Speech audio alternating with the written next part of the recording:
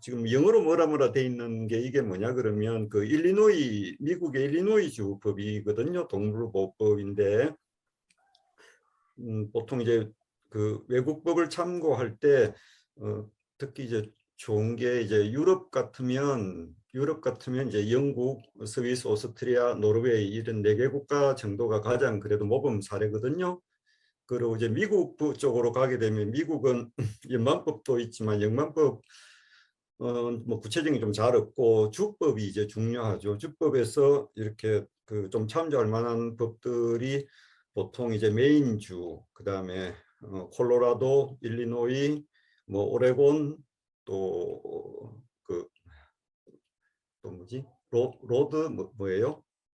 하여튼 그렇죠. 그래서 한 5개의 주 정도의 법이 좀 잘 돼 있다고 보통 참고를 많이 하거든요. 그래서 이게 일리노이 주법인데 제가 갑자기 이걸 왜 보여드렸냐 그러면 이제 오늘 여러분들 이야기를 쭉 들으면서 참 사람들마다 관심이 가는 분야가 참 다르구나라는 걸 많이 느꼈거든요. 그리고 이런 식의 프로젝트를 하기 참 잘했다. 이제 많은 시민들이 모여서 논의하기 참 잘했다고 생각되는 게 제가 생각할 때 중요하다고 생각하고 관심이 가는 거랑 또 오늘 발표하신 분들이 말씀하신 게 참 많이 틀리는데 뭐 무엇이 옳다 그러다 이런 문제는 아니잖아요.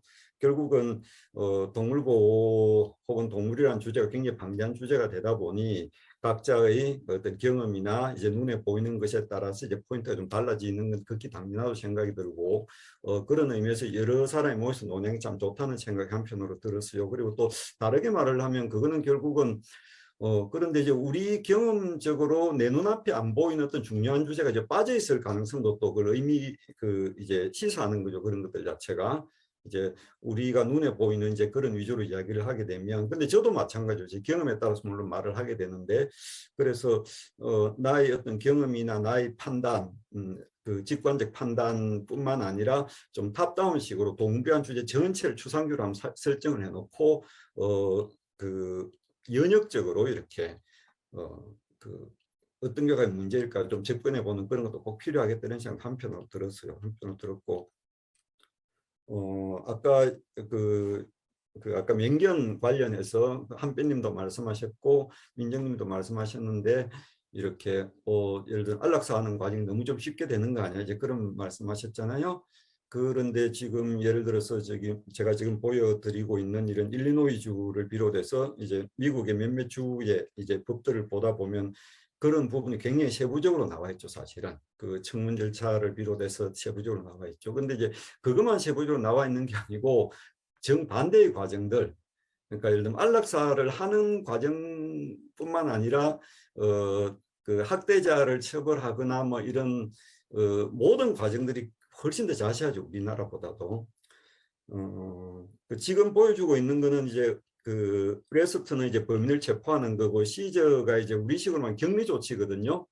그러니까 현장에서 이제 동물단체가 현장에 가게 되면 늘 이렇게 관심을 가지는 부분이 격리 조치를 어떻게 할 거냐 이제 이 문제가 당장 학대가 벌어지고 있으니까 이제 그런데 격리 조치 관련해서 되게 이제 아쉬운 점이 많죠. 아쉬운 점이 많은데 이제 일리노이 같은 경우 예를 들어서 이제 첫 번째 이제 A 해서 첫 번째 문장 보면 애니멀 컨트롤과 애니멀 쉘터 돼 있는데 이제 애니멀 컨트롤은 우리식으로 말을 하면 동물보호 센터고 애니멀 쉘터는 이제 민간 동물보호소 같은 거거든요. 일리노이주 같은 경우는 그 만약에 노 퍼실리티 그러니까 시설이 없다고 한다 그러면 하우징 더 컴패니언 애니멀 그러니까 학대받는 동물을 지금 구조를 했는데 이 동물을 어딘가 이제 보호를 해야 될 거잖아요. 근데 시설이 없는 경우들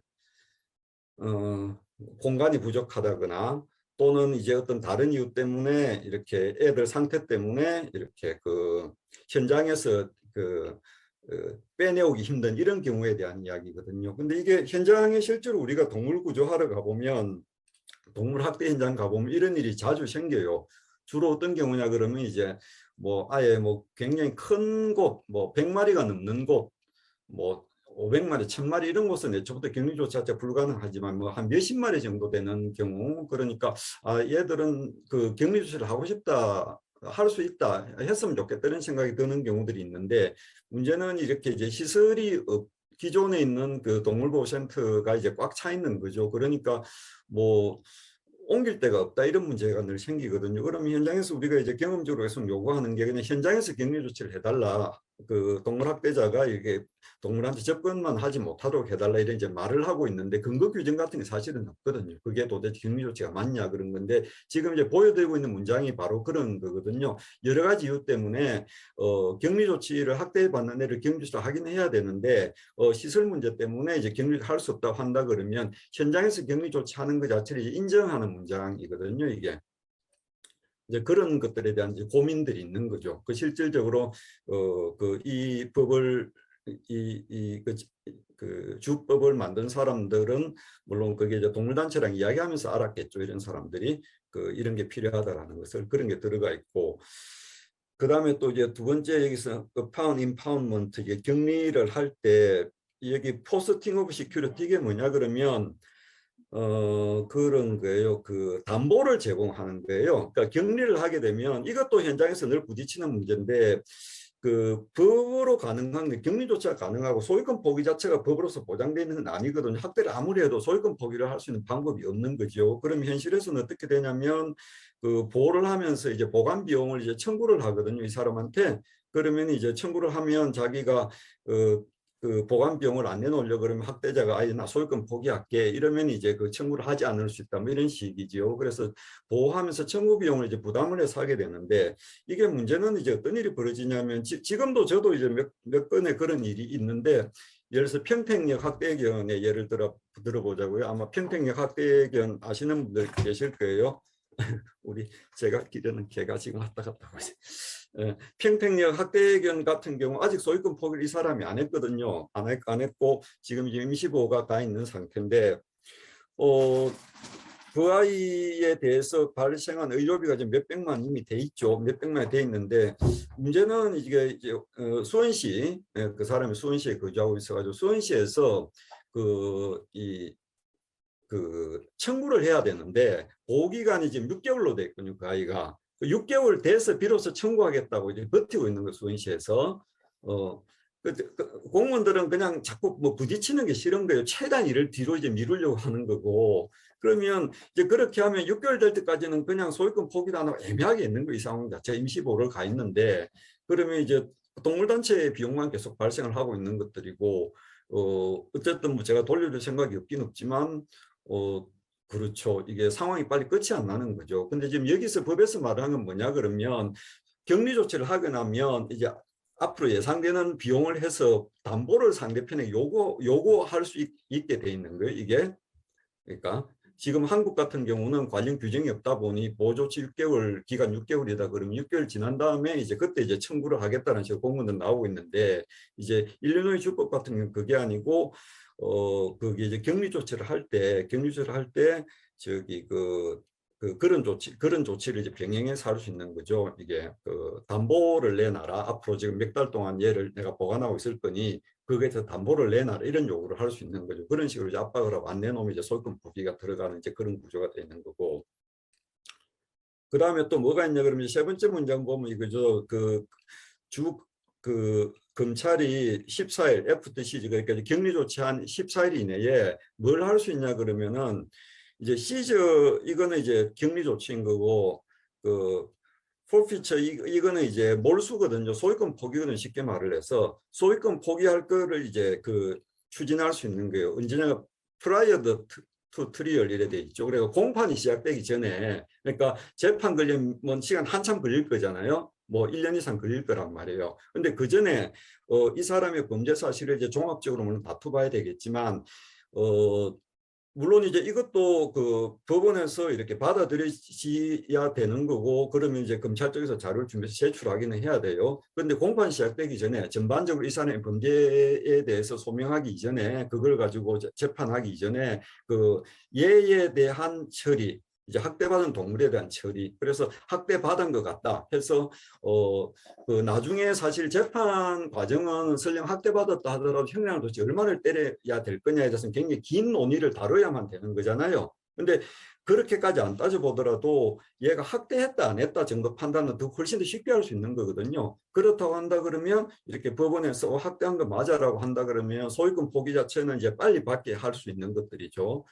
그래서 그런 것들을 이제 격리 조치하자마자 14일, 굉장히 짧은 시간이어서 2주 안에 어쨌든 이제 검찰에서 법원에다가 이렇게 그 몰수하도록, 소유권 포기하도록 그걸 이제 청구할 수 있고 이런 것들이죠, 보면은.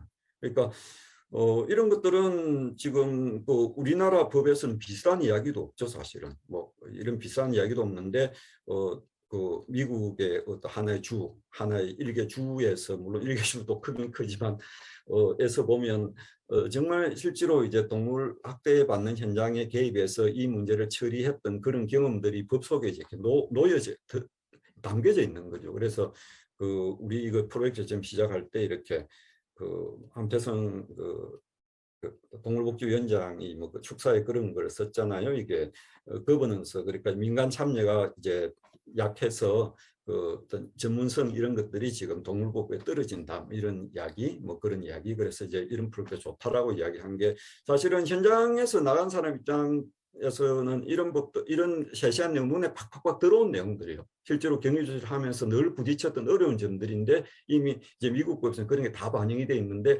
만약 제가 여기서 이런 발언을 하지 않으면 제 생각에는 케어처럼 현장 가서 막 열심히 이렇게 움직이는 그런 데가 아니면 이런 것들은 법을 본다도 눈에 잘 안 들어올 거예요, 아마. 그래서 그 뭐 근데 이제 동물단체뿐만 아니라 또 각자 영역에서 보면 이제 동물들을 바라보고 있는 것들이고, 그래서 그런 경험이나 시각 하나하나가 소중하고 의미들이 있는 것들이죠.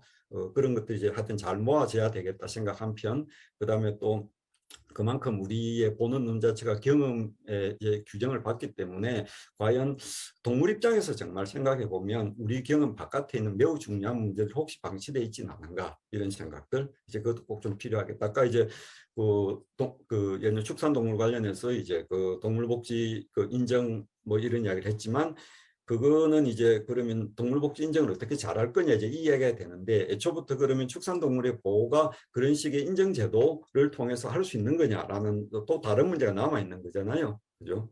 예. 그래서 그러면 이제 축산동물 입장에 좀 생각을 해봐야 되는 거죠. 우리나라 1년에 이제 도축된 닭만 해도 10억 마리가 넘잖아요. 근데 이제 동물복지 농장에 지금도 그렇고 앞으로도 시간이 많이 지난다 하더라도 그게 적용될 수 있는 영역은 굉장히 적을 거란 말이에요. 그러면 나머지 닭들은 어떻게 할 거냐, 이런 고민들. 과연 이게 인정제도 이게 확대가 됨으로써 많은 닭들이 포섭될 거냐, 뭐 별로 그럴 것 같지는 않거든요. 예, 그런 식으로 우리의 경험들도 잘 반추하면서 이렇게 또 조금 더 그런 우리 사람 입장이 아니고 동물 입장에 생각해 보는 것도 필요하다. 그런데 이제 사실 동물 입장이 우리가 되는 게 쉽지는 않죠. 그러니까 소위 선진법들을 보면 그런 게 이제 좋은 거죠. 선진법들 그냥 전제 없이 그냥 마치 공부하는 것처럼 1장부터 쭉 읽어 나가다 보면 우리 법에서는 전혀 없는 그런 이야기들이 참 많이 있다, 이런 걸 알 수가 있겠죠.